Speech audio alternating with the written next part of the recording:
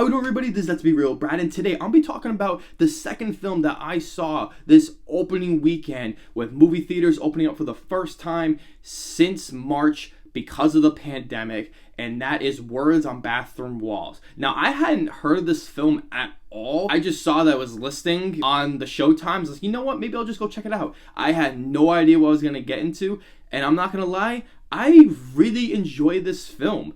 And let's not get too crazy here. I thought it was a good movie, but I was really shocked because I thought just from the title, and I seen the poster, I was going to be this young adult romantic drama film, and at times it is.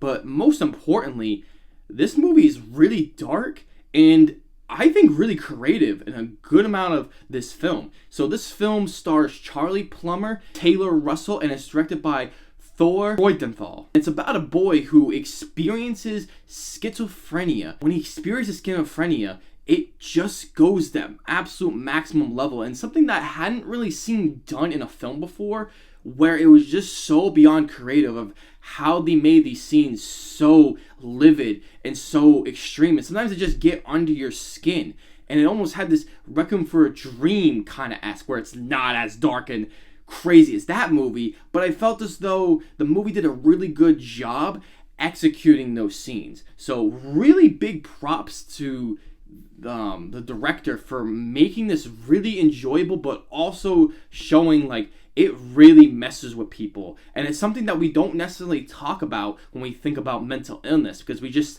like the film says, we just kind of just leave them out in the streets because a lot of these people aren't getting that treatment and they end up becoming homeless, or they're put in these, mental homes, and, there's just no complete cure for it. And I thought that was, a very interesting aspect that I didn't really think about. Also with this film, I did connect with it personally. I also suffered a mental illness growing up, and a lot of the film went the way that I truly experienced. I mean, I was a little bit younger than the main character, but I thought it was interesting because a lot of the thoughts he had, I had those same thoughts. So it seems like the writing was really strong in this film, and it shows that they actually went out of the way to study people who have schizophrenia and understand how these people may feel. And granted, I don't know everything about it, but I think the film executed how powerful and how terrible this disease is, and for the people that have it. Which leads me to another point, is the dialogue is also really strong. I felt as though there's some really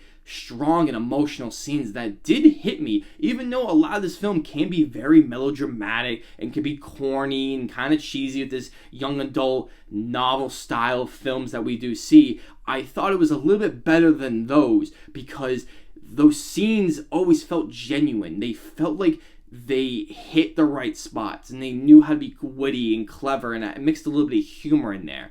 But I think ultimately, the acting was pretty good in this movie, and Charlie Plummer and Taylor Russell do an awesome job in this film.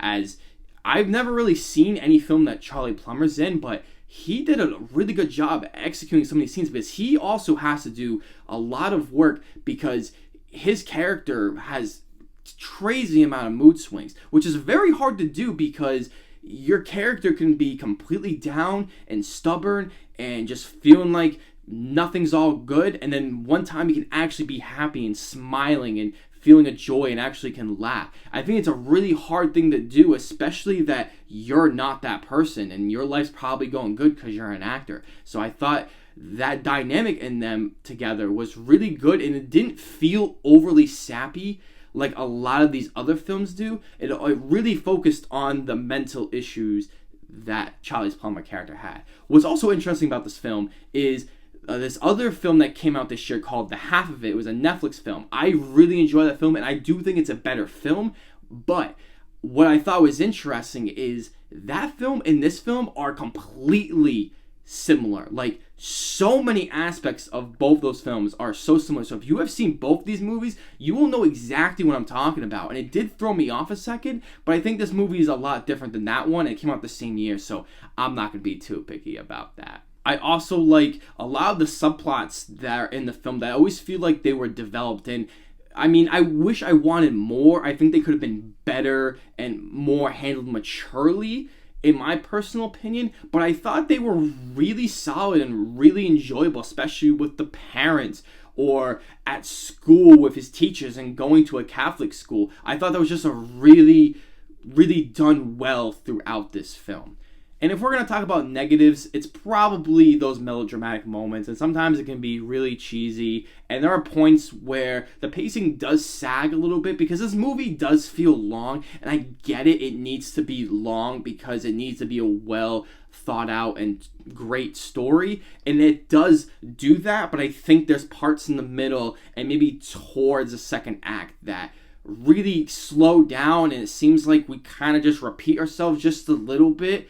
And I just kind of lost interest at that point until really the climax really picked up and I felt tons of enjoyment in it. I also wish this film was a lot darker than what it is because I wish that it would just be an R-rated film. I think there's so much more they could have done with this and I think it could have hit those moments a lot harder. But since it's that young adult novel kind of film, it didn't bring me all the way there. Another positive I forgot to mention is the schizophrenic scenes are really awesome. And the fact that they use a lot of CGI in these moments and really great editing is a real charm in this film. And, you know, if you've seen the trailer, you know that our character sees a bunch of other people and they feel humanized and they actually have their own personality and they just come out of nowhere. And I think those are really great editing scenes of like they'll be there one moment and they'll just come right back up and it cuts so quickly. I thought that was a really enjoyable aspect. It is just so